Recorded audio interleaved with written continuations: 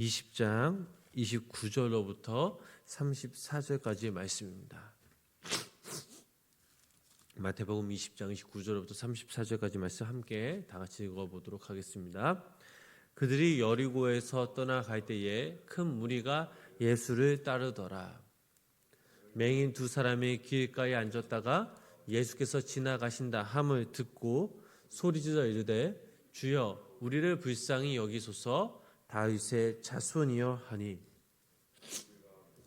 잡자 말하되 더욱 소리지르 이르되 주여 우리를 불쌍히 여기소서 다윗의 자손이여 하는지라. 예수께서 머물러 서서 그들을 불러 30 이르시되 너희에게 무엇을 하여 주기를 원하느냐 이르되 주여 우리 눈뜨기를 원하나이다. 예수께서 불쌍히 여기사 그들의 눈을 만지시니 곧 베게 되어 그들이 예수를 아멘. 거룩하고 복된 주 이 새벽 하나님의 크신 은혜가 함께 하시길 주님의 이름으로 간절히 축원합니다. 오늘 저희들이 읽은 이 본문 말씀에서는 유대 사역의 마지막 사건으로 주님께서 여리고의 두 소경을 치유하신 그런 사건을 기록하고 있습니다. 예수님이 여리고로 떠나실 무렵 길가에 앉아서 구걸하는 두 거지를 만나셨습니다.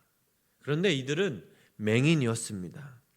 마가복음에서는 두 사람 중 한 사람의 이름을 밝혔는데 바로 다메오의 아들 바디메오라고 하였습니다.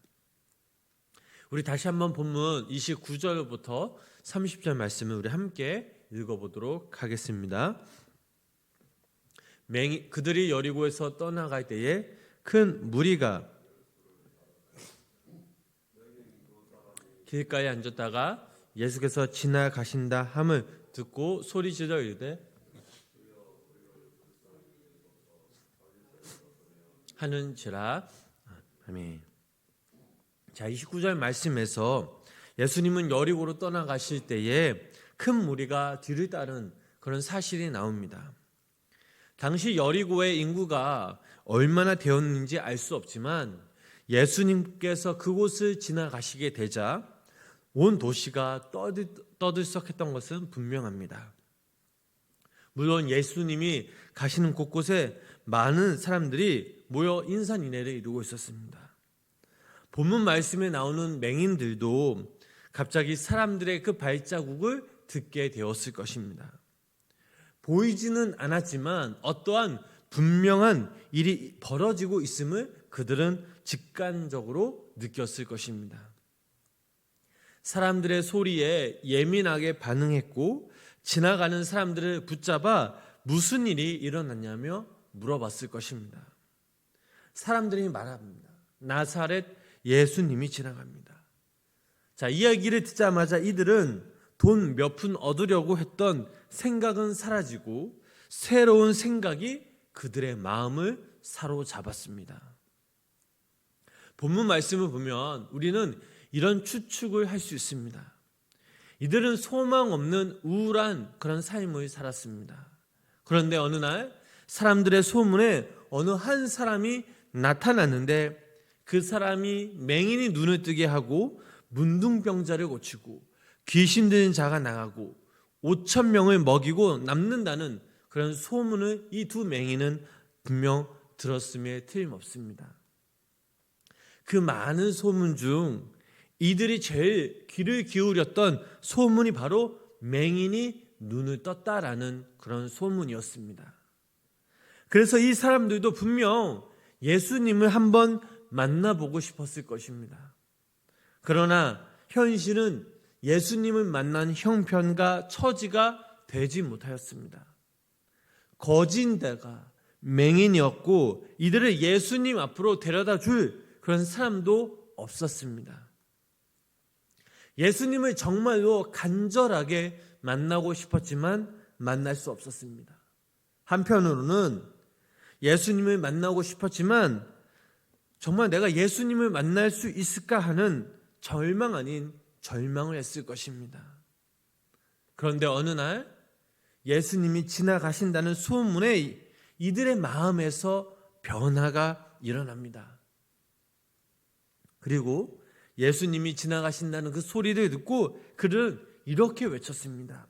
주여, 우리를 불쌍히 여기소서. 다윗의 자손이여.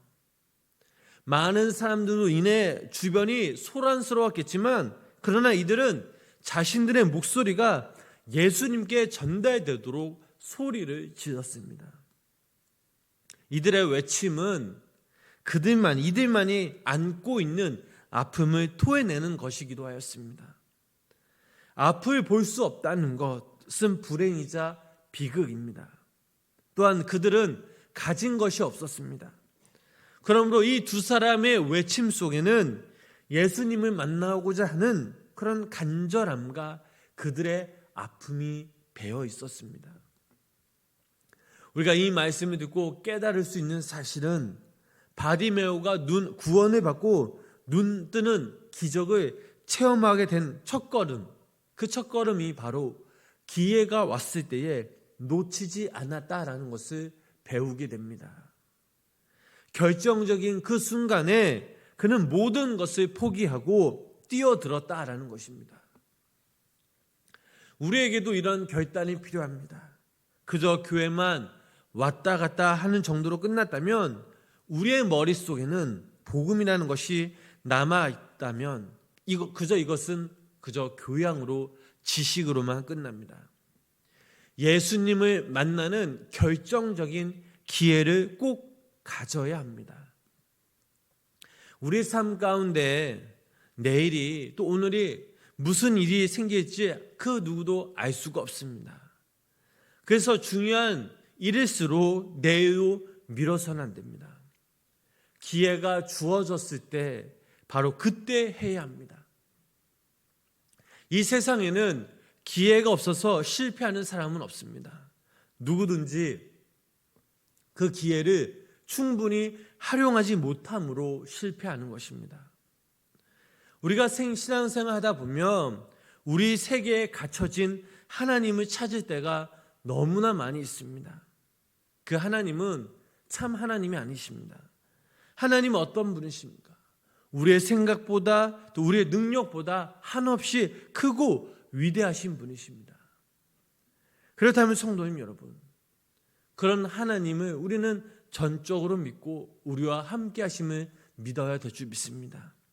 가정에서도 직장에서도 오늘 이 시간에도 우리가 어떤 것을 무엇을 하든지 언제 어디서나 우리와 함께 하십니다. 우리가 갈급한 마음으로 주님께 나아갈 때에 주님은 우리를 만나 주십니다. 어느 순간 주님께서 우리 삶 가운데 찾아오셔서 성령님을 통해서 역사하실 때가 분명히 있습니다. 그러므로 우리들도 이 두 맹인처럼 이 기회를 놓치지 말아야 하겠습니다. 계속해서 본문 32절, 33절 말씀 함께 읽어보도록 하겠습니다. 예수께서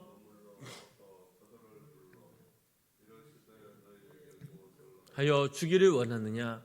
이르되 주여 우리 눈 뜨기를 원하나이다. 아멘.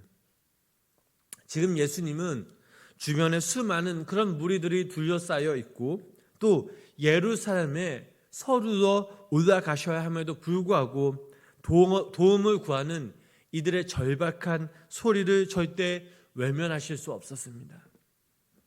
예수님께서는 이 두 맹인들의 부르짖음을 들으시고 가던 길을 멈추시고 그들을 불러 그들에게 무엇을 주기를 원하느냐라고 물으셨습니다. 예수님은 그들의 외침을 분명 들으셨습니다. 알고 계시면서도 그냥 눈을 뜨게 해주시지 않으셨습니다. 내가 너희들에게 무엇을 해주기를 원하느냐라고 물으셨습니다. 여기에 또 중요한 교훈이 있습니다. 주님은 우리의 요구를 다 들어주신다고 하지만 바로 그때에 또한 우리의 믿음의 요구를 원하고 계신다는 사실입니다. 내가 이 문제를 믿음으로 나한테 요구하기를 원한다라는 뜻입니다. 그들은 주여 우리가 눈뜨기를 원하나이다 라고 대답하였습니다. 당신은 우리의 눈을 뜨게 하실 분인 것을 우리는 믿습니다 라는 신앙 고백이 바로 여기에 담겨져 있습니다. 하나님, 우리의 병을 고쳐주세요 라고는, 이 말은 주님께서 우리의 병을 주실 수 있는 분임을 믿는다는 사실입니다. 예수님은 지금 이 두 소경에게, 이 맹인에게 이것을 확인시키시고 또한 훈련시키시는 것입니다. 이 두 맹인의 외침에 주님은 어떻게 반응하셨습니까? 예수님께서 이렇게 말씀하셨습니다. 예수님께서 불쌍히 여기사 그들의 눈을 만지시니 곧 보게 되어 그들이 예수를 따르니라. 두 맹인이 주님께로부터 응답을 받게 된 데에는 바로 그들의 끈기와 간절함이 한몫을 했던 것입니다. 만일 그들이 많은 사람들의, 그런 무리들의 책망에 압도되어 한두 번 주를 부르다가 포기했다면 주님께로부터 응답을 받지 못했을 것입니다. 그들의 마음을 아시는 그 주님께서 그들의 눈을 만지시니 그들이 곧 보게 되었고 그들이 곧 예수님을 쫓았다라고 성경은 말하고 있습니다. 사랑하는 성도 여러분, 우리는 무엇을 위해 주님께 나아가고 있습니까? 야곱이 야복 나루에서 이스라엘이라는 새 이름을 얻기까지 끈질기고 간절한 그런 기도와 씨름이 있었음을 우리는 잘 알고 있습니다. 그는 쉽게 물러서지 않았고 매달렸으며 기어이 원하는 것을 얻어내고야 말았습니다. 여기서 중요한 사실 하나는 무엇이든지 끈질기게 매달리기만 한다면 모두 받게 되는 것이 아닙니다. 주님께서 약속하시 않은 그런 부분들에게 대해 정욕에 쓰려고 하는 그런 잘못된 기도는 아무 끈기와 간절함이 있어도 응답받지 못하지만, 그러나 하나님을 향한 우리의 간절함, 끈기, 믿음이 있을 때는 주님께서 반드시 들으시고 응답해 주신다는 그 사실을 믿으시기를 바랍니다. 우리의 신앙의 고백은 머물러 있지 않고 나타나며 보여주어야 합니다. 누가 하나님께로부터 응답을 받은 사람입니까? 간절한 마음으로 주님의 마음을 감동시키는 자가 바로 하나님께서 그들의 마음을 움직이십니다. 누가 주님과 동행하는 사람입니까? 주님이 보여주신 그 삶의 자취를 따라가는 사람입니다.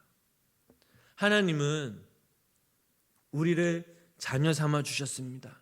또한 날마다 우리를 보호하여 주십니다. 행여나 지금 우리 가운데 절망적인 그런 문제들이 있다면 기도의 능력을 알게 하시고 문제 해답이신 주님께 믿음으로 나아가시기를 바랍니다. 바로 그때 주님은 응답하시며 역사하십니다. 오늘 하루도 이 거룩한 이 주일날 이러한 신앙의 증거를 나타내시는 귀한 믿음의 성도님들 되시길 주님의 이름으로 간절히 축원합니다. 기도하겠습니다. 주님, 우리를 불쌍히 여겨 주시옵소서. 주님이 만져주심으로 우리의 육신의 눈을, 정욕의 눈을, 세상적인 관심, 미혹의 영을 이기게 하여 주시옵소서. 주님께서 우리와 함께 하시사 매 순간 성령님께서 주신 그 마음과 신령한 눈을 갖게 하시고 우리의 마음이 주님을 닮아가게 하시고 또 주님을 따르는 귀한 믿음의 성도님들 되게 하여 주시옵소서. 오늘 본문 말씀에 나오는 이 두 명인이 예수님이 향한 그 간절함, 그 절박함, 또 예수님이 오셨을 때 그 기회를 놓치지 않았던 것처럼 우리들도 매 순간순간마다 하나님을 향한 간절함과 절박함과 또 기회가 왔을 때 그 기회를 놓치지 않는 귀한 믿음의 성도님 되게 하여 주시옵소서. 매일매일 이 새벽 주님의 전에 모여서 또 영상을 통해 예배 드시는 성도님들 삶 가운데 날마다 성령님 개입하여 주시고 인도하여 주시고 특별히 우리의 간구를 하나님께서 들어주시사 하나님의 그때 응답받는 은혜의 역사가 우리 가운데 임하게 하여 주시옵소서.